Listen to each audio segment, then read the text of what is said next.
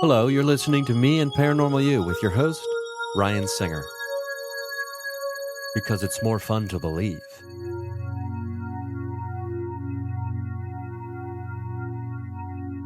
Hey, everybody. Thank you for listening to another experience of Me and Paranormal You. I am, I'm, I'm thrilled. I was going to say treated, but I was like, that doesn't seem like a real word. I am thrilled to be joined again for the return visit. Now, Francis, during that first interview, I referred to you as Francis the whole time. Do your Yep. friends call you Frank? It's either or is fine. I mean, Francis is my birth name. That's typically what I go by in relation to the shop. But Frank is the more informal, way. So if Okay, I'm well, if I'm not feeling formal, then yeah. Frank. well, well, But Frank, yes, depending you on can how call me Frank. Hmm? okay, well, depending on how serious the question is, I might Yeah. be ebbing and flowing in between Francis and Frank. But for those curious, you can go back and you can listen to Experience 408, which came out in April of the year 2023, depending on when you're hearing this in the future. So you can go get caught up before we dive into some of this, because we're not going to, obviously repeat points and, cover the same stories necessarily, even though we might be alluding to them or referencing them from the past. But there's a lot to cover here, Francis. I'm being very serious right now, Francis. We've got a lot to cover. Um, there's so many different ways that this conversation can start, can go. I want to kick off right out of the gate. Going, I want to see how deep we can dive into cartomancy. Okay. And you sent me a deck you created. I'm going to hold it up for people watching. They can see it right here. Um, so it's the House of Curiosities. Oh, and by the way, Francis is the curator of Curia Arcanum. It's in Austin, Texas, curiaarcanum.com. There'll be links and all that good stuff. I'm wearing the t-shirt right now. Sent me a really sweet swag bag after our last chat. And I want to talk about these cards. I pulled a card right before this chat. Just Oh did a yeah. one card pull, and I got the Eight of Hearts, which was very timely for me. First of all, Mm-hmm. because the heart suit is the summer suit, Hmm. if I'm not mistaken, and Yes. it's talking about beginning to see or starting to see the beginnings of seeds planted coming to fruition, or like a vision starting to emerge, which was very timely for me today. Because of some business stuff and things I had earlier this afternoon. So I The want Eight to. of Hearts is one of those really highly anticipated moments, right? It's one of those where the rubber hits the road. All of the effort and energy you've been putting in, all the things that you've been striving towards, you're now in some ways releasing to the wild. And now it's up to whether those things that it comes into contact with are going to help support it, or if there might be a little bit of a struggle, to kind of keep pushing it ahead. So, Eight of Hearts, it's definitely one of those highly anticipated, but also you're kind of crossing your fingers and holding your breath. It's like that moment of liftoff, and is it going to make it? Does it have the speed and momentum required to really just hit that orbit? Wow, I mean, it becomes even more poignant after that description. And I mean, I can Well, awesome. talk more about this another time, potentially, depending on, we'll see what happens. But yeah, that's a really fascinating moment, right? When, I mean, because that's all we can do. And there was another card. I'm trying to remember which card it was. What being detached from outcome, which I think Mhm. is probably a great card if you were to pull those two in tandem in the same reading. It would be a great. That'd be those are very complementary of one another, Oh yeah. Oh yeah. because this anticipatory moment that we have, and now it's like it almost is like the moment you release a paper airplane. Is it going to fly, or is it going to kind of crash to the carpet? And beyond we don't get to control the wind, right, or the breeze. The only thing we can do is build the airplane, right? Exactly. Mhm. Yeah. Exactly. So And that idea of being detached from the outcome, it's another very old philosophical idea. You see it very, very prevalent in, Taoism and Buddhism and all of that. The idea of you have to do what's required, you do what you know you need to do, but at the end, you don't become so obsessed with what it has to be, with what it has to become, that when it comes to pass, that you're disappointed or feel otherwise a failure, from it. It's in many ways an understanding that you're aware of that sphere that you can control, but you're also aware of all the other factors that are completely outside of it, right? And that it is a relationship, and you can set the course and you can move in a direction, you can put all the effort, but in the end, what comes into being is going to be what it is. Yeah. So, yeah, that's really cool. And you talked about something just now that I hadn't really considered, but once you touched on it, it became very important to me. And that is, I think we've all been in situations ourselves, or we know people, and you really want something. You really want mhm, something really bad, and you think there's two outcomes, right?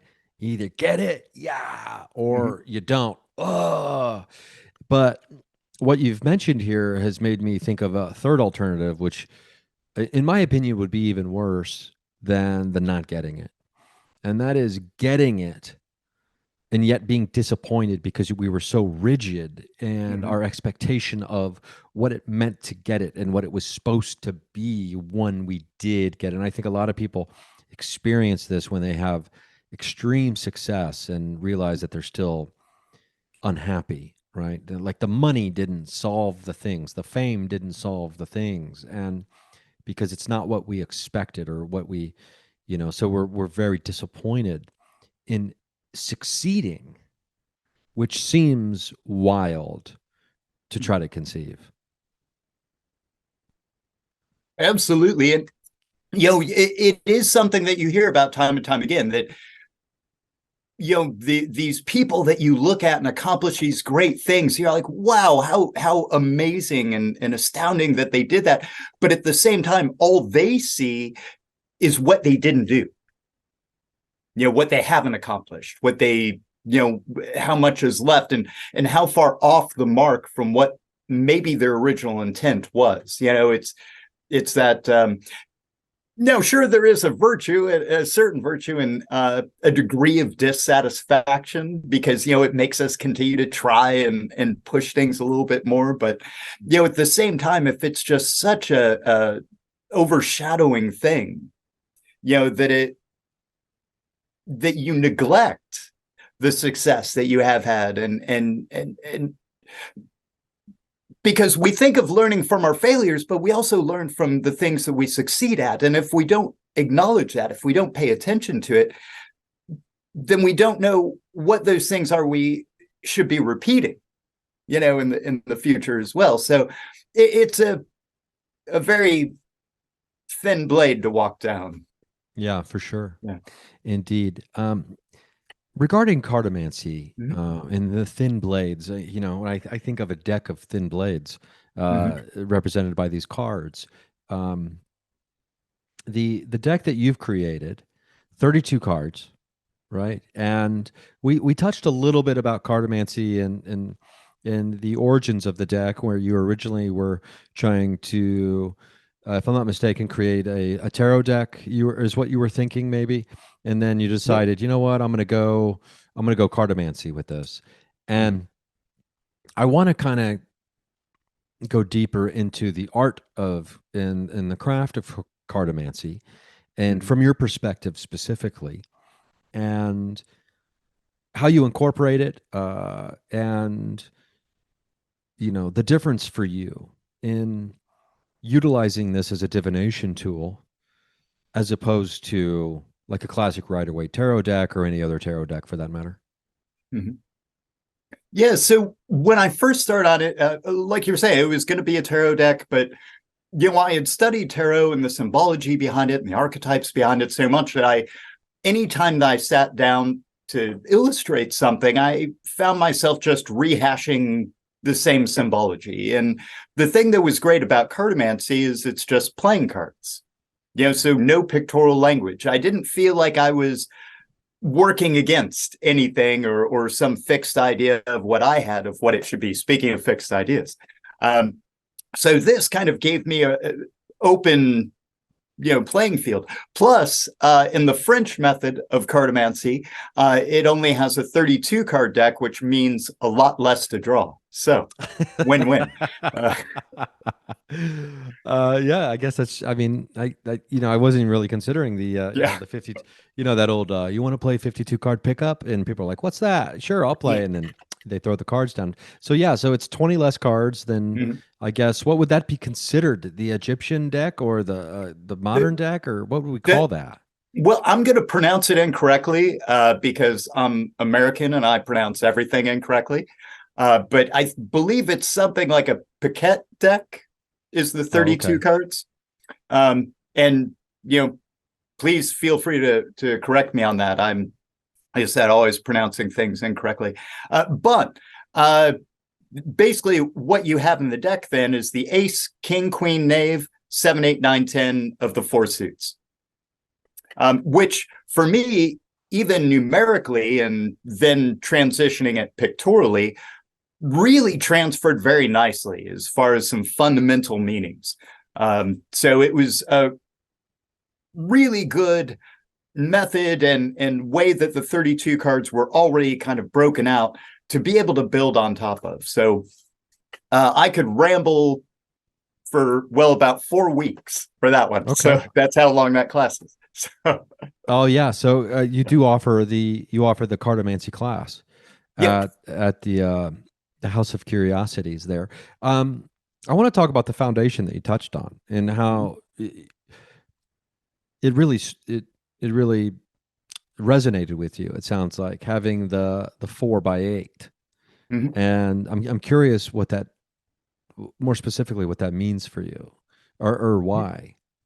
Well, so if you think of the number 4, just in a numeric sense, when we orient ourselves, it's typically in a division of 4. Directionally, north, south, east, west, up, down, left, right. When we're looking at orientation or even seasons, where winter, spring, summer, fall, orienting ourselves in time and space is typically some kind of division of 4 that we do that. So the 4 suits just logically worked out perfectly, and especially in this sense when we're talking about the progression and building up and in the natural ebb and flow, to have that parallel the 4 seasons only made a lot of sense, because we all experience the 4 seasons. Well, unless you live in Austin and then you really only have 2. But in most places, you have 4 seasons. And most of us experience this. So we have something experiential that we can attach to that idea. And then when we think about the progression of anything that we do, we can use that same idea of the 4 seasons as an analogy of almost everything in every endeavor that we would ever embark on. We have that beginning stage where we aren't externally doing a whole lot. We have to sit, we have to think, we have to plan, okay, and even envision, what is it that I'm trying to do? What direction am I trying to go in? And how do I build that bridge between this moment that I'm in right now and that future moment that's sitting out there somewhere? How do I bridge that divide? So we experience that, and then we go into, okay, now that I have a rough idea, now I got to roll up my sleeves and get to work, and that's the point we enter into spring, right? Things starting to bust to life, action, activity, all of those things. Well, after then we've exerted that energy and put in that action, then something is going to happen. We are going to reap what we sow. There's going to be a reaction to what we just did. And that's when we get into hearts and summer. And that's when things start to come into bloom and be realized. We see the fruition of the fruits of our labor. And then we enter into autumn. As things start to wind down, it's not summer forever. and everything has a natural ebb and flow, a building up and then slowly or quickly breaking down, so that then those elements and factors can then be re-put together, reshaped, and then build something new, or even build on top of what was already laid down. So, and then once we have autumn, we go right back into winter again, where it's okay, time for the next phase of the plan. How are we going to step it up, or what are we going to do differently, or any of those things. So if we look at those sequence of events that can occur, we, like I said, find these parallels in everything and every endeavor that we could be part of, or that nature is even part of. Wow. Okay. Yeah, I love all that. The, I guess I'm, I'm, I'm almost ashamed about how little I've thought of four. And I mean, as a comedian, I love three, Mhm. For obvious reasons, the rule of three, and three has always been a really magical number. And my birthday's on a nine, which I love, as a variation of the three, or a Mhm. compound of the three. I Four is pretty rad in, the cardinal directions. I mean, thinking But about four does operating. rely on three. If three did not occur, the creation would not have happened for four to be oriented within. So, I love that. Yeah, and oh God, like when I think about the quadrants, right? And the number four, it is curious how we we just gravitate to it. And because now I'm thinking about all the things that are in fours. I mean, a lot of it has to do with decks and suits and directions and operating through space time, but even through quarters, and like the quarter moon, the half moon, the full moon, right? I mean, it's essentially based on four, mhm. right?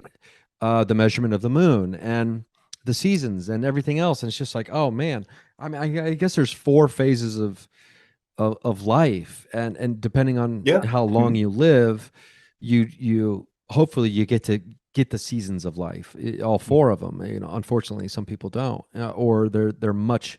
It's a much more contracted version, and most of us didn't realize it if we're unfortunate enough to die young. But the Cartomancy deck with the four and the eight and the 32 cards.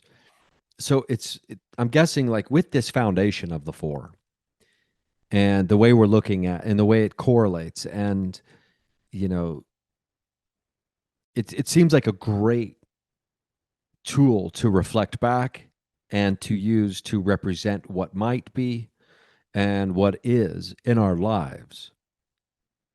Absolutely. I like to think of it in really all forms of divination as arts of synchronicity. And did I don't recall how far down the rabbit hole we went on this before. Well, we got into the love But of Carl Jung mhm. and how synchronicity essentially is there had to be something that happened that Mhm. would make something important, right? Meaningful Um, coincidence. yes, and you Yes. told the wonderful story of spreading your mother's ashes, Yes. which is a beautiful story. I recommend people Thank go you. back and listen to that. And so yeah, we got into it a little bit, Okay. but we could talk about that over and over and over all day long on this show. So whatever you're Well, thinking right now, run with that. all right. So synchronicity, meaningful coincidence already suggests that there's a participation. It meaningful. Who meaningful for who, right? So if you think about it, the moment of synchronicity starts the second the person with the question sits down. That's the moment it begins, because they're already starting to prime that psychic pump, so to speak. They're already okay. I'm sitting down. I'm about to have this experience, right? Now, for me, when I do a reading on someone, I'll hand them the deck. I'll have them shuffle it while thinking of a question, and then when it feels right, I have them hand it back. And the interesting thing is, I've never had to explain to anyone what I meant by when it feels right. It's almost like there's something into it, like we know when something feels right or if it feels wrong. It's just instinctual. So when it feels right, and then of course laying down the cards, and you've got the different placements and everything, you're flipping over the cards one at a time. And as I, as the interpreter, am doing this, they, as the person with the question, they are projecting their experiences to align with the meanings of that card, that placement, that progression of events as you're going through. And as you're doing that, of course, a lot of those cards are things they already know. They're okay. Yes, of course, I know what I experienced in the past and what's going on now. But then you get to the future, right?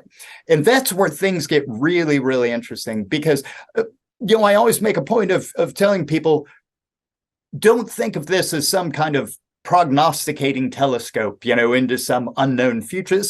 This really is a mirror, and what you are doing is reflecting and allowing yourself to have a conversation with yourself. And there's aspects of yourself that you may even keep hidden.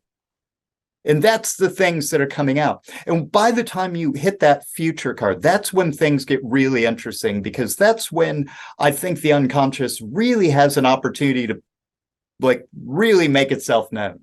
Be like, all right, here's your hopes, here's your fears, here's your expectations, here's all these things. Because when we project into the future, that's what we're largely projecting.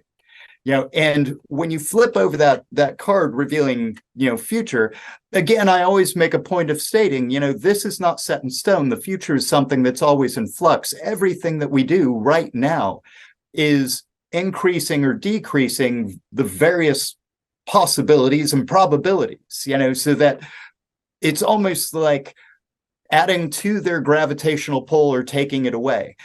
And as we get closer to that moment, I believe we've all experienced these moments where we do feel that pull of time. We do feel that there's a moment and we're getting closer to it. It's like I think almost everyone has had a time where they've said, oh, I got a bad feeling about this, or, oh, I feel like something's coming, or, oh, I feel like it's right on the cusp. It's right there. And that's kind of like we're caught in that gravitational pull of that moment. It's luring us in. And so when you get to that future card, that is potentially a very profound introspective moment, to really see, okay, what is it that you're putting out there? What is it that, either by your actions or expectations, what is that you're moving towards? So yes. Yeah, I love that, because when we really think about it, and I think a lot of people who listen to this show have probably had at least a reading of some kind previously, if not many readings. And for me, I know when it's a really good reading, and I think a lot of it is, I don't want to put that all on the reader either, because I think as someone who goes to and seeks out a reading, it's about the participation. It's participatory, and we talk about that a lot in our conversations, in the conversation previously, and being a participation in one's imagination, and also in synchronicities, and things like that. You have to be participating. You have to show up. You. It's almost like you don't want to show up to a reading like, kicking and screaming like you're being dragged there. I mean, you always hear the stories of like the skeptic, like, oh, I need to be convinced. Let's see about this. It's like, well, you're not allowing yourself to have as much fun as you potentially could be having in this reading, right? Well, it's so, I mean, you touched on so many things. I feel like I have multiple directions I could run with this. On the one hand, like, of course, if you've done readings long enough, you've had your share of skeptics. Real quick, Francis, Mhm. we're going to talk about, I want to get your response to this. We're going to talk about, showing up to readings, the participating in the readings and things real quick. But before this keeps getting further down the line, we do need to pause real quick for some to keep the lights on. So, and as a reminder, patreon.com/Ryan Singer. That's where you can go. You can get all the episodes and all the interviews. You can get them commercial free for $3 a month. So that's patreon.com/Ryan Singer. When we get back, we're going to pick up this thought with Francis from Curia Arcanum in Austin, Texas. We're talking about cartomancy, synchronicities, readings, all kinds of good stuff. We'll be right back. And we're back. Okay, so before we lose this train of thought, let's pick up where we left off. I was talking about, being participating in the reading that you might be getting, right? And it sparked something for you. Mhm. Well, it's so first, hecklers. So, and it's, and this had not occurred to me before, but this is actually a really interesting, like, because of course, doing comedy, you get hecklers. You get people who think they're funnier than you, and they're gonna, give you shit, or they're just drunk and obnoxious. But in doing readings, you get your hecklers. You get people who are like, all right, show me what you got. Show me what you do. And wow. And the number one thing I realized is, don't play that game. You got nothing to prove.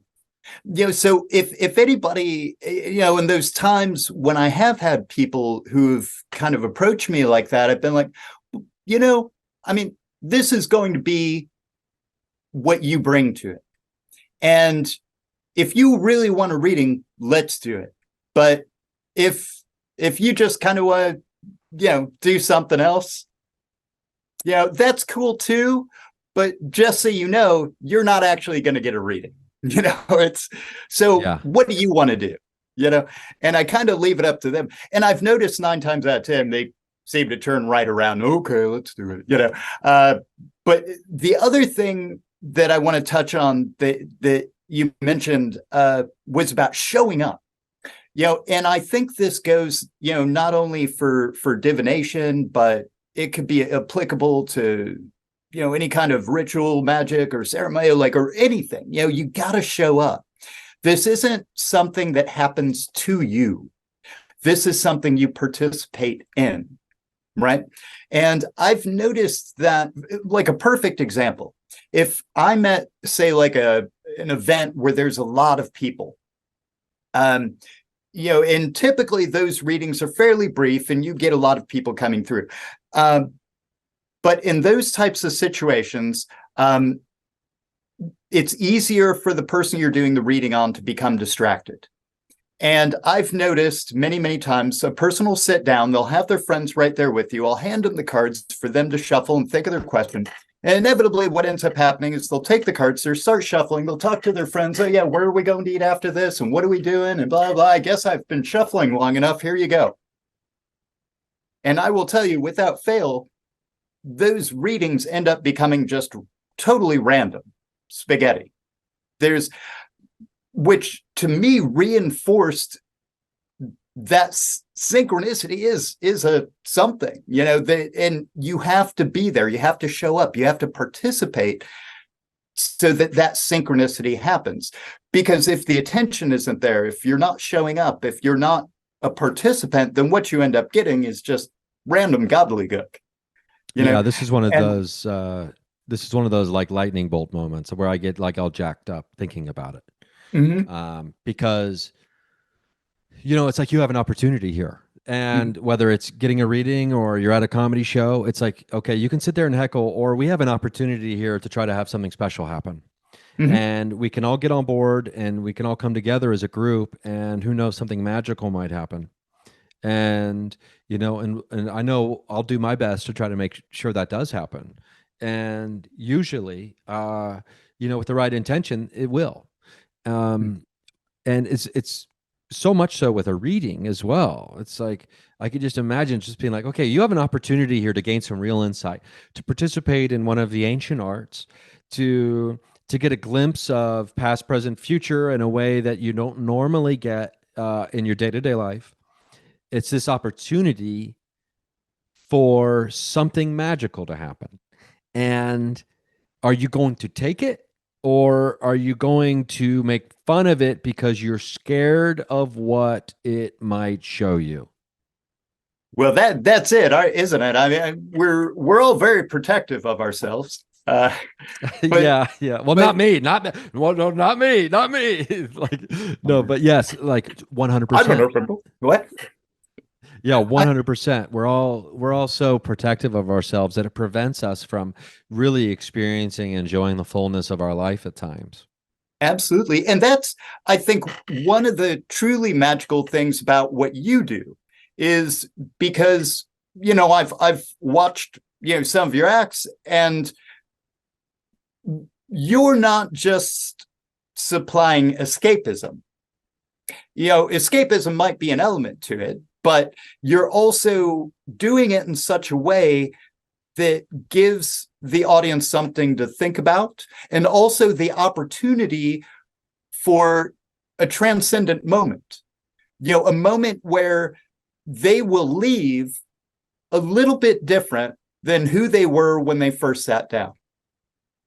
And it doesn't have to be the earth-shattering clouds parting and the rays of it doesn't have to be that pronounced.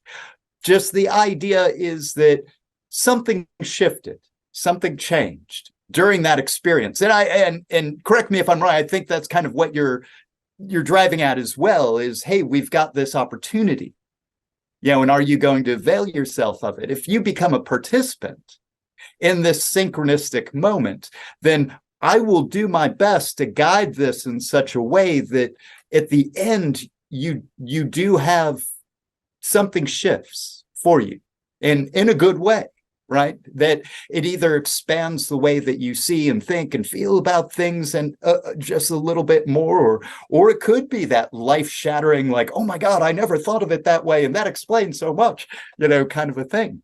But either way, it's trying to facilitate that moment, and leading up to it. So, and I think in what you do, you're extremely effective at doing that. And what I attempt to do, say, through a reading or even through the shop, for that matter, that a person would walk in here and hopefully something would stir something within them that by the time they left felt maybe a little bit lighter or a little bit more like, oh wow, just possibilities. Yeah, and 100%. I think, because I think you and I operate from very similar launching positions, Mm-hmm. as far as it's like, what are we doing here, right? And we're like, what's the purpose of all of it, and what's the point if we're not fully invested in trying to, engage and really create this life that's not just so ho hum, that it's Mm-hmm. actively participating in creating a magical journey.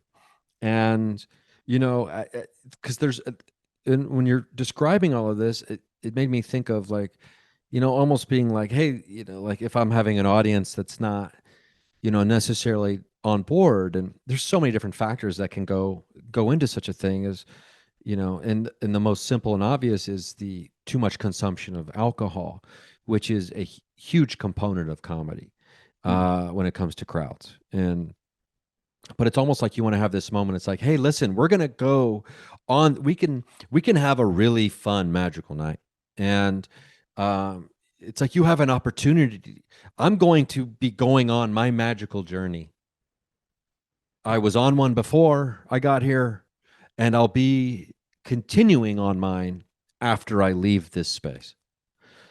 You have the choice to participate in that, and quite frankly, it's what I need, because it's not a solo journey for me. Mm-hmm. It's it's a group journey. The group just is constantly changing from Mm-hmm. night to night. And so I need that. And that's what that's what I require, I suppose, in a certain way. And after 20 plus years in comedy, I think I can talk like that now, I guess. When 10 years ago, I wouldn't have felt confident enough to speak in such terms, but I require that from an audience. And I don't always get it. And then it's up to me to try to figure out, okay, well, how can I at least try to get some of it, right? And how can I at least try to have a little bit of that experience translate through? And that's my job as a performer. Not to just like discard them and be like, you're not worthy of my comedy. That is the 100% the wrong attitude to always have. And I honestly, I don't feel that way, genuinely. So it wouldn't track for me. But when it comes to these readings and these things, I think about all the times I've had readings and you know, and I remember there were a couple times where I had my shamanic Reiki healer say to me one time, like, "Oh, you need to open up a little bit here. You're a little shut down right now." And I'm just like, "Okay, well, I'm glad you called me out on that because I didn't realize it even in the moment." And whether it's just tension in my shoulders or in my neck, which is closing me off to what ended up being remarkable experiences, having readings and having sessions. And it's just my hope that everyone can just experience the joy and excitement of magic and the revelatory nature of the universe being as it is. It's just wanting to give us all these tidbits of joy and excitement. And there's no shortage in its satchel of these nuggets. And it's just waiting for us to just show up and wag our tail a little bit. And it's more than happy to throw those nuggets our way. Um, Absolutely. I Life is a participatory exercise. Yes, It indeed, absolutely indeed. is. And when you're talking about it's a group endeavor, I feel that because even when I do readings on other people, I'm learning. I'm learning. I'm empathizing. I'm seeing even at times aspects of myself that are hidden from me because I can see that, in someone else. I can, just so many things. And to go into all of them right now, I'd just be rambling for the rest of the show. But it is a participatory thing because you have to some extent be on both sides of the equation. Um, to explain that more would be a very long ramble. So I'll Well, just leave it there. yeah, I think it's kind of this. It's almost like situational empathy, and it's also occupational empathy, and it's just to understand what it takes, you have to be on the other side and understand what must be given as well. And we've all been every practitioner of any kind of the arts or you know mediums, psychics, all kinds of things. It doesn't matter who we are or what we do. All of us are also people who are on the other side oftentimes. Psychics get readings from other psychics. Comedians are audience members of other comedians, and so on and so forth. But it's fascinating when you get into the minutia of it, which I guess we're deep diving, and that's what I like, and that's what I love, and I knew that was going to happen anyway today, um, considering our first chat. And it feels like the deeper we get and the more finite the detail of this conversation, the more expansive the map is to continue further down, right? And there's so, like you said, you referenced that there's all these different avenues and could you know, go on and on about it. When it comes to cartomancy and the art of cartomancy, I guess this is to try to bring it a little bit back to the surface. Have there been moments where the deck has just shocked you Oh yeah. and almost to the point of whether it's good shock or bad shock, like okay, wow. I let my guard down for half a second, forgetting maybe just how magical all this shit really is. And I have been quickly reminded by the cards. Oh boy, oh boy. Uh, I'm curious about like if you can pinpoint one of those moments. So I can pinpoint one of them like off the top of my head, but I know it wasn't the first one. But I will say this: I've known, like, over the years, I've come to almost feel like that deck has a personality all of its own. And it's almost like it's a friend, and a friend that can be very direct, but also a real big smartass. But but I've but for me, I always try to keep a certain degree of healthy skepticism, because, again, talking about that razor fine line, right? Because on the one hand, yes, totally being open to the magical, mystical experience and all of those things, but on the other hand, wanting to ensure that there is being grounded at the same time, so not going so far off that there's such a detachment from reality, so to speak. Now, you got to do that every once in a while, but you got to come back too. Yeah, you got to defrag and then Yeah. hopefully get put back into the computer. So I always, try to have a certain degree of keeping myself in check, making sure that, like, okay, have I gone too far in one direction or the other? And I found that the deck has been really good at when I go too far into being grounded, too far into the, well, is there really anything to, is this just all in my head then? And, all that it'll do something that'll just go, okay, yep, there is more.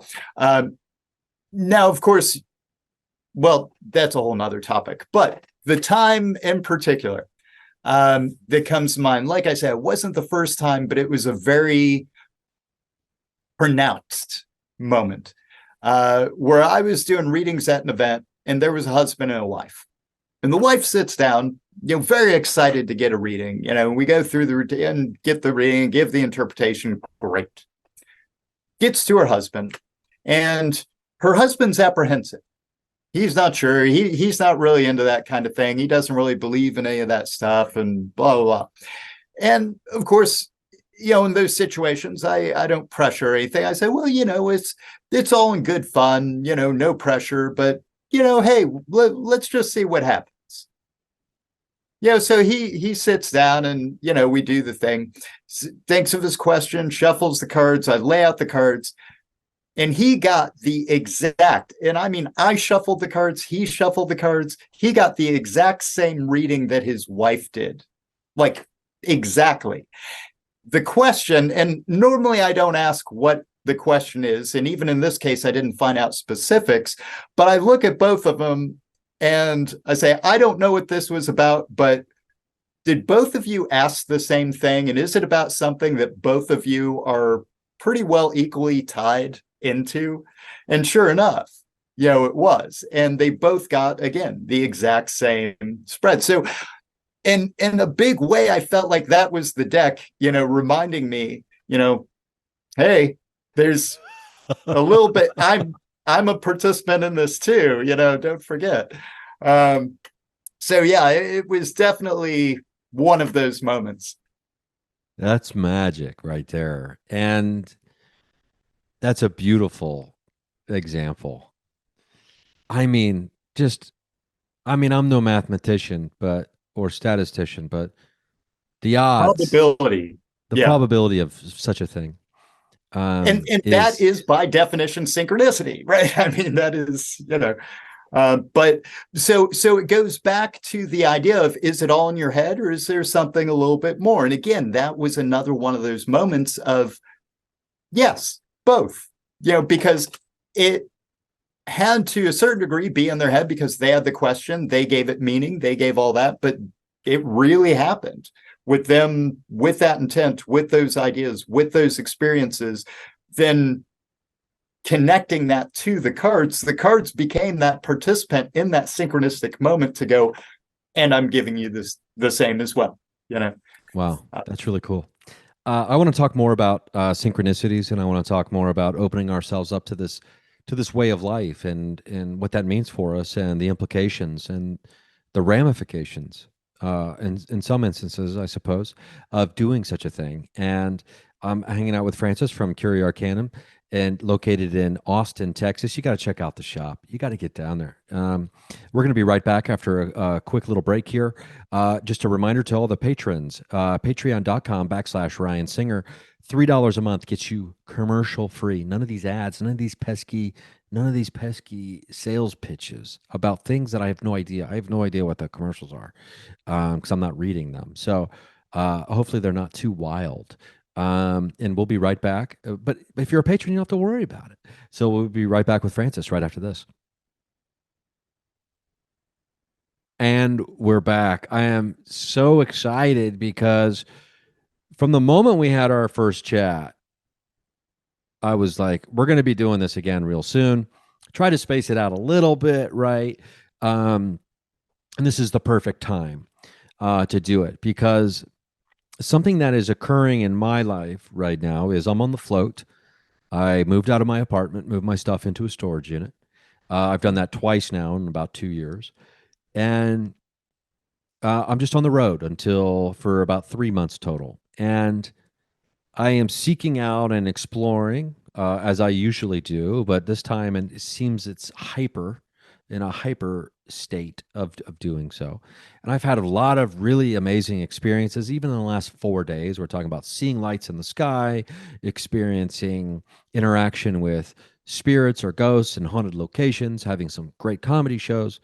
Um, and I do need to be grounded, right? And for me, I can float, I can spin off the globe, Francis, and I get wrapped up, and I keep chasing one experience after the other, right? And reading books and getting carried away with whimsical ideas of the universe. And can And you I walk should. through? Yeah, right. And it's like, well, can I walk through this wall? Right? Is today the day that happens?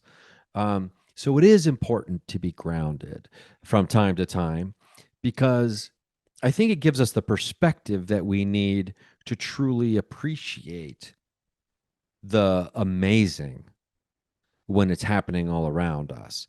Is I guess I don't know the best way to ask this question other than just to kind of say it in a simple terms of, or say it in the simple terms of, when it comes to everything that you're doing in your life. You're running the shop, you're doing readings, you're writing books, you've got a new project. And at least last time we talked, it was a new project. I want to circle back to aesthetic mysticism, Mhm. and see where you're at with that. um, but with the grounding aspect, and how do you go about it? And is there a routine? Are there certain things that you do specifically that are more effective than others? Or if you really need to be grounded, if there's a if there's a sequence of events that got you, like me, sometimes spinning off the globe into like la la land, um, what gets you right back in? What can get you anchored? Give me and this might sound weird or mundane. Uh, Cleaning, Oh, yeah, just putting, basically organizing, cleaning, dusting, vacuuming. Because a lot of the time, the environment that we find ourselves in, there's a biofeedback loop in our state of mind and our environment, especially if it's our own personal space, right? So if I find things are starting to fly off the rails, and I just need to kind of come back to center. It's like, okay, first thing I'm going to do, I'm going to straighten and clean out my immediate area. That way at least start introducing it. Or it's almost like, again, that biofeedback loop at work. As I'm organizing and cleaning the space, there's a reflection going on internally, as well. It's almost like I'm also doing an internal organization, as it's going on externally at the same time. But yeah, as mundane as it sounds, cleaning, it's a very good grounding activity. Um, yeah. You know what that reminds me of? I gosh, Oh God, it's such a famous book, and I can't remember the name of it, and I don't want to give away the end anyway. Um, but basically, it's one of these great philosophical works of fiction, right? And it's a shorter book. It's about a journey. Someone goes on a journey, and one at the heart of it all, it's like it's just basically about doing the work, getting your hands dirty, doing the Mhm, simplest thing, um, is what brings it all back, and is the answer to everything that we're looking for. Is so easily found and basically in the dirt, right? And mhm, that's what, when you're talking about cleaning, bringing you back and orienting and organizing, it strongly reminds me of that kind of philosophical lesson of, get back to the heart of the matter of the things, and the simplest thing, and be present in the moment around you in such a way that the musings or the actions of, or whatever might be spinning or floating, kind of takes a break and it settles down. mhm. Absolutely. Yeah, I think that's great And advice. and that's really what it comes down to as far as getting grounded again, is like to when things start to feel very random and just sporadic and in that motion and movement that doesn't seem to have rhyme or reason, it's trying to introduce some kind of organization into that, right? I mean, that's, to a large extent what we're talking about. Um, and typically, that's accomplished by some of the most mundane things. But that doesn't mean that it can't also be magical in its own right, too. Because like we were saying, because there is that biofeedback, it is a ritual in and of itself. Cleaning, banishments, cleanings, exorcisms, right? I mean, it is a form of that. Yeah, yeah, yeah. Even though, so it largely is a matter of perspective, and we could jump off into a whole new discussion off of that. But it does become a matter of perspective by when you go into it. What's how are you seeing it? How if you see it like, I got to clean because it looks like shit and got to do that. But, well, of course, there's going to be, it's just a boring, mundane activity then. But if you go into it of, okay, I'm going in here and I'm just organizing my life now. I'm putting things into order, and then it becomes a profound moment, then it becomes something, very deep and meaningful. But it all depends on what the intent, behind it going in. It could be a ritual, or it could just be a chore. Yeah, and I love the idea of like the decluttering of the mind and the space and how they mirror each other. And I mean, I used to be, when I was younger, I was very messy. And, the older I get, the more clean or the more organized, I suppose, I'm becoming. And I'm one of those people who makes whatever bed I'm sleeping in. Even if I'm in a hotel room, I'm making the bed when I get up. Mm-hmm. Just by simply, I'm not going crazy with it, but, um, and I'm like one of those people, and I just, for whatever reason, I enjoy that now, and it makes me feel better. I for some reason, but I can move on now in my mind Mm-hmm. to other things, and I think that's important for me, and because I know I've had friends that I've known over the years, and they get synchronicity bombs happening, exploding in their life, and sometimes it's overwhelming, and it can be difficult to deal with. And I had a friend who ended up in the hospital because of it, and these are you know like big moments, right? And in hindsight, looking back on it, it's like, wow, that was like, that's the way, this is the path that it took. And I've never, luckily for me, I haven't gotten quite that far where I start, it was almost like synchronicity was a thing, and every once in a while I was participating in it, as opposed to the other way around, and which can be where you can lose yourself. And I'll have to talk to my friend. I'll have to get my friend on the show again. He's been on before, but we're talking about, ended up suffering from amnesia, and all kinds of really intense, serious things were happening.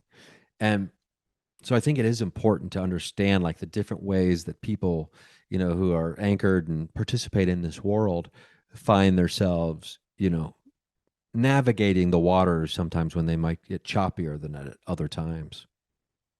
Absolutely. It's a lot, the nature of it is a lot like dreams in general. And there are many ways to see dreams, interpret dreams, all of that. But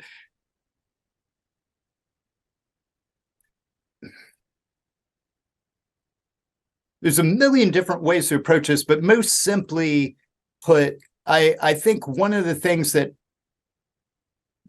can be a benefit from getting totally lost is an idea of don't confuse the message with the messenger. A lot of the time we get so caught up in the significance of something that we overlook the meaning, that larger meaning. Like, say you have someone who's heavily into celestial or goetic magic, and they get very, very fixated on this idea of, oh, I'm summoning, this angelic spirit or this demon and all of that. And they get so fixated on that they completely miss the larger message, the allegory, or maybe more obviously presented. And they miss the point. They get so fixated on the messenger and the specifics that larger meaning was missed. It reminds me of the astrologer Ficino, and I think he was 1600s, 1700s, early Renaissance anyway. And I'm totally paraphrasing when I say this. But he said the problem with astrology is people feeling like they have to believe in astrology. Because when you do that, you take it out of the realm of allegory. And once you've done that, you miss the whole point. And I think it's a lot like that. It's understand what that is that you're dealing with. Anyway, yes. That's really cool because it's poignant for me. And it's a great reminder that yeah, it's what's the lesson? What's the story? What's the meaning behind what can we take from these essentially these stories, right? And every astrological sign is a story. Yeah. um we've got it boiled down to I mean, some people might get upset when I say this, but we've got astrology boiled down to such a science now. uh but like we're just extracting the attributes, right? As Mhm. opposed to the overall story of astrology, which I'm no expert in astrology in any way. But um, astrology, some of these, these legendary tales of whether it's cryptids or ghost stories, specifically going back to the oldest story that we know of that was written down, the Epic of Gilgamesh, and, Mhm. the shapeshifter in that story. And, there's the ghost, ghost stories are the oldest of all stories. And are ghosts real? And can we go talk to those ghosts? And can we go find those ghosts and communicate through a spirit box to that specific ghost? Potentially, yes, I believe we can. But I think what you're talking about is important. What's the message of that story? What's the message of that story? Or what is the story itself about Mhm. that ghost, right? And what What does does it it tell us about ourselves? Yeah. exactly what I was going to say. Oh, sorry. Sorry. No, I mean that's amazing, right? No, I mean like that's so great that you said that. Um, what does it tell us about ourselves? And because whatever it tells us about me, it tells us about everyone, right? Because to me, that's the thing. It's the connective tissue between us all are these stories, and we're just endlessly fascinated by these things, right? And I don't know the exact reason why, other than they're fascinating. And but there's a reason why we all love this stuff. And like the greatest stories ever told, there's a reason they resonate with us. And I don't know, the better we Yeah. understand I mean, that. then you start going off into the realms of like Joseph Campbell, and this whole idea of the power of story, the power of myth, the power of these archetypes and the hero's journey, and all of those things that he talks about so eloquently. But there is, and like you're saying, what is it that compels us to be so drawn to these things? What need is it that we have in such a fundamental way that is seeking to be fulfilled? And that is a whole nother topic. Yeah, I might have to make a note of that right now as we put a bow on this bad boy. The need to connect through story. And yeah, I am definitely writing this down. It's been a pretty big theme in my life, in conversations lately I've been having, for sure. So everything is just great. It's very synchronistic, which I love. And I don't know. I'm kind of coming into an understanding, at least for me personally, to better understand and try to wrap my brain around synchronicities. For me, it's anchoring the moment, to be in the present. These things are so exciting, and they can be so wild and unbelievable. And for me, they're great reminders of, oh, I'm in this moment right now, right? And isn't life exciting? And the synchronicities are part of that excitement, of course, but they have a dual function here, in that they're providing stark awareness of the moment, and the magic of being alive, or at least being in this physical form currently. I want to touch base before we wrap this up on aesthetic mysticism, which was a new project that you're working on. And I'm curious if you can tell me a little bit about that, and where you're at with it. Yeah, so I wrote a very, very brief article on it for a local journal here, from the folks at the Austin Seance. And basically, it's the idea of the utilization of art and the artistic process, and whether being the artist or the viewer, to have a transcendent experience, for lack of a better way of putting it. And it's something that in a lot of ways could be thought of as our first and most primordial way of seeking that connection. Has always been through art, whether it was, like we've been talking about, through story, or even in those earliest days, is living in caves and scribbling, the wild game on the side of the cave and throwing spears at it to try to have a good hunt. I mean, that was magic, right? That was a magical rite. Or, going through history, and more obvious examples, you've got Hildegard of Bingen, who is, the nun who, through self-proclaimed various channeling techniques, wrote music, did illuminating manuscripts, on and on and on. And then you have other people, like in the late 1800s, early 1900s, Off Klimt, who basically invented abstract art, but as a means for that spiritual, otherworldly connection.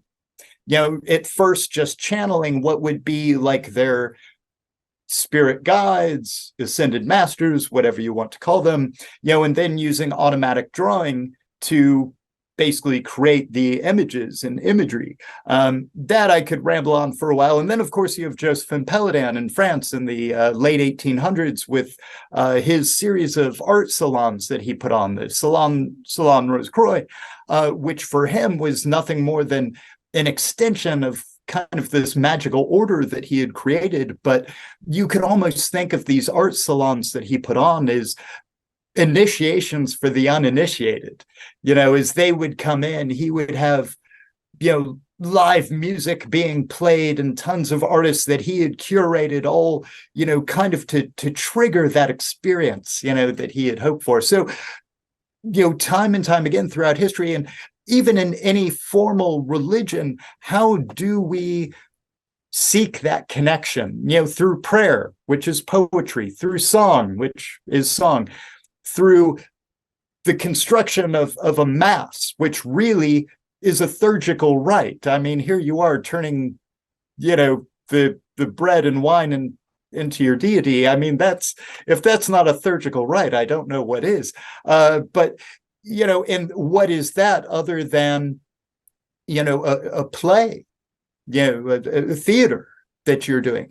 But I don't mean that in any way to denigrate. Actually, if anything, I mean that to elevate even more, because when you are doing these things, you are, again, we're talking about being present.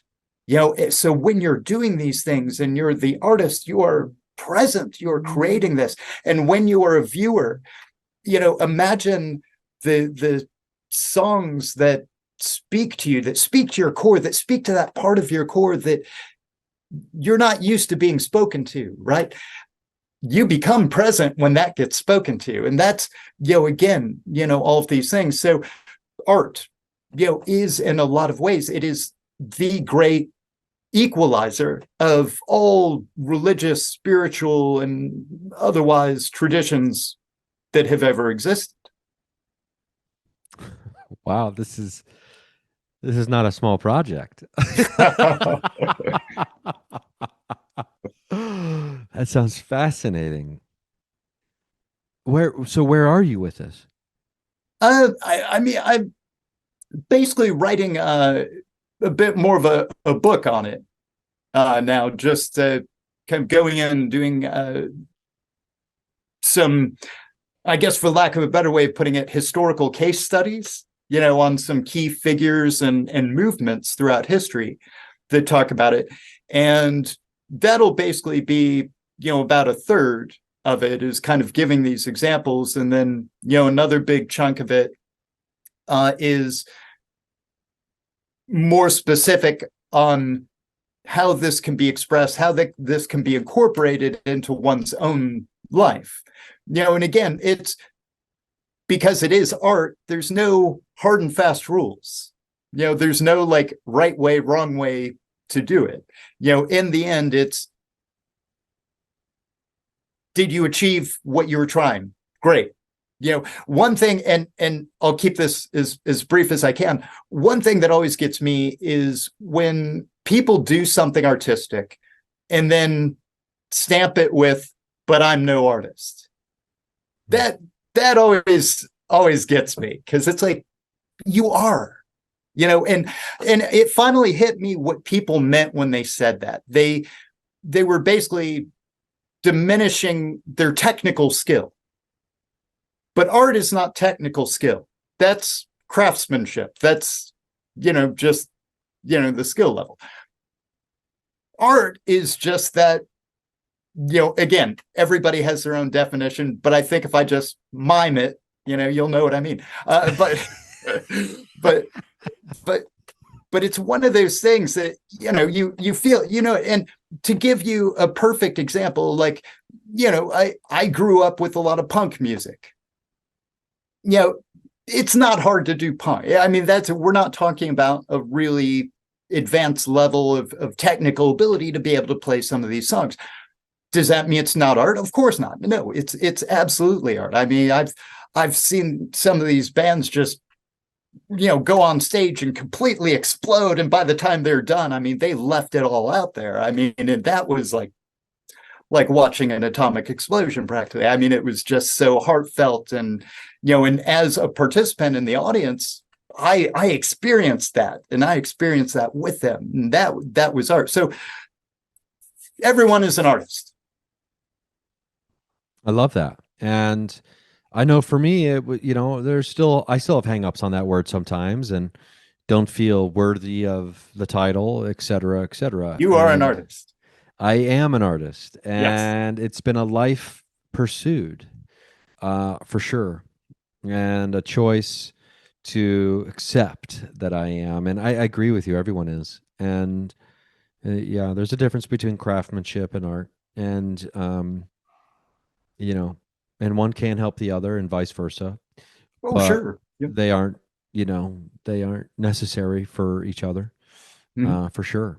Um, And I Well, think Francis, we've also yeah, seen like where too much technical knowledge can become a hindrance as well. You've like I've heard guitar, and I won't name any names, but I've, heard and seen guitar players that were technically brilliant, just never missed a note, timing, just impeccable. But yet I didn't feel anything. So but it's those rare moments where those two fuse, where you have skill and ability and the heartfelt aspects of it, where that just melts. Jimi Hendrix playing guitar, I mean, golly, there you have the perfect example of technical ability as well as just emanating, just something supernatural. passion and magic. Yep. And yeah.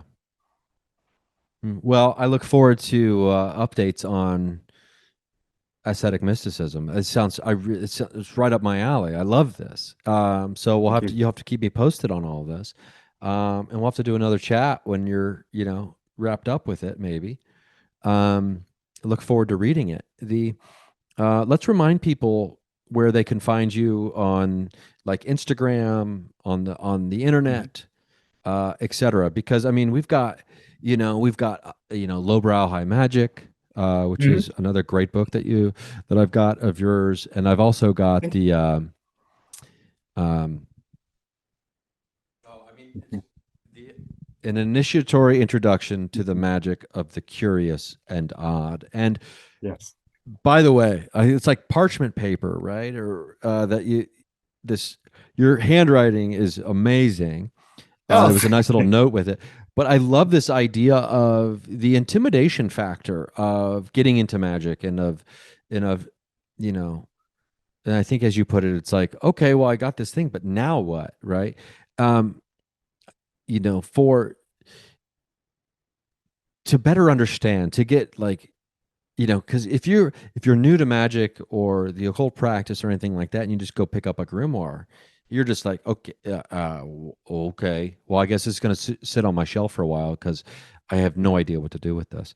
So I love this idea of helping to better understand and to get started, right, and to get you involved and take control of your destiny, your power, and the elements around you, and all these other things. yeah. I wanted to write those. When people look at books, it's like, where do I even begin? Especially when you come to topics that are as complex and multifaceted as, say, like Western mysticism and occultism.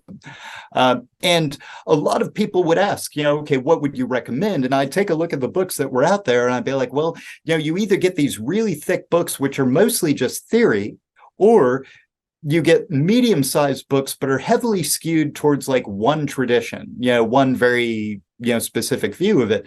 So I figured, what, I'm just going to do something out of character for me and try to get right to the point, not go on long verbose rambles. Just, okay, here, just let's just do almost shotgun, boom, boom, boom, boom, boom, here's some basic ideas. And the important thing also is not just information, but it added a doing element to it. So it allowed them to participate with the information rather than having it just be some ambiguous theory, that there was some kind of an exercise associated with it so that they could interact with the information. So that's really what those books were written for, is trying to that red one, the very thin Mystic Art of Curia Arcanum, just to get somebody up and started, so that they could pick up some of these other books and be able to wrap their heads around it and at least have some familiarity definition wise with a lot of these ideas. The second one, Low Brow High Magic, that one was, like you were saying, a little bit geared more towards the grimoires, which anyone who picked up their first grimoire and tried to read it, probably by the time they were like, I don't get what I'm supposed to be doing with this. And within these grimoires, especially late medieval through Renaissance, there's a common format to them, and that's what that book was intended to do, is kind of illustrate, okay, this is the format that's common to a lot of it, in such a way that by the time you're done reading it, you can go out and then create your own. That's rad. And the Cartomancy deck obviously available for anybody who wants to pick that up, and along with the course book that goes with it. Mm. Um, so yeah, highly recommended. So I'm excited to see where I'm at by the end of the summer, and or by the end of this year specifically too. I want to get to know this deck. I want to get into it a little bit. And we'll have to do some updates on that because that poll today was really fun. And Yeah. so just on point for me. Because, sometimes I'll have decks like this past weekend, I was hanging out with some friends, and, there was a bunch of decks up there, and there was one particular deck that really, just really got me. And, it's not that one deck's better than the other necessarily, as much as, we just all have our things that we connect with. And I'm feeling a pretty good connection with this deck already. So I'm very Thank excited you. about that. And So the great thing is, even which deck, changes as we change. It's like, well, for today I'm sure, feeling this one, tomorrow I'm feeling that one. for Yeah. sure. So it's CuriaArcanum.com. Mhm. And I'm trying to remember the exact Instagram handle. Do you Curia remember? Arcanum. Yeah, yeah. So it's Yep. the same. So I'll have all that stuff linked. I'm gonna be putting this up like the day or two after we record it. So it's gonna be up this week. So Very good. I'll have all those links on there. You can check all that stuff out. You can give the accounts a follow. Highly recommended. Awesome chat. As expected. Thank you so much for doing it again. It's been great. I promise I'm getting to Texas one of these days. I got to hook you up with my buddy Torkel, and I don't know if I've connected you to or not. He's over at October Custom Publishing, and I mean, you guys would hit it off. Uh, Awesome. I just got to connect all my favorite Austin people together. So when I'm in town, we can all get together and have good times. But Absolutely. okay, well, cool. Well, Francis, thanks again. I appreciate it. And to everybody listening, thank you. I'm on the road. Go to my website, ryansingercomedy.com/tour. You can see all the dates. I just added Birmingham, Alabama this afternoon. That's on August 9th. Key West, Florida. I'm in Louisville, Kentucky this weekend, Bloomington, Indiana. I'm all over the place. So I'll be in Charlotte, Asheville. I'll be in Santa Cruz. I'll be in Sacramento. I'm at the San Francisco Punchline September 19th. So get your tickets at their website while you can, I suppose. And yeah, it's been fun, and I hope to see you at a show on the road sometime. And I hope to be in Austin sometime soon, hanging out with my buddy Francis. But if we don't see you in Austin, we'll see you at the Watering Hole on the astral plane.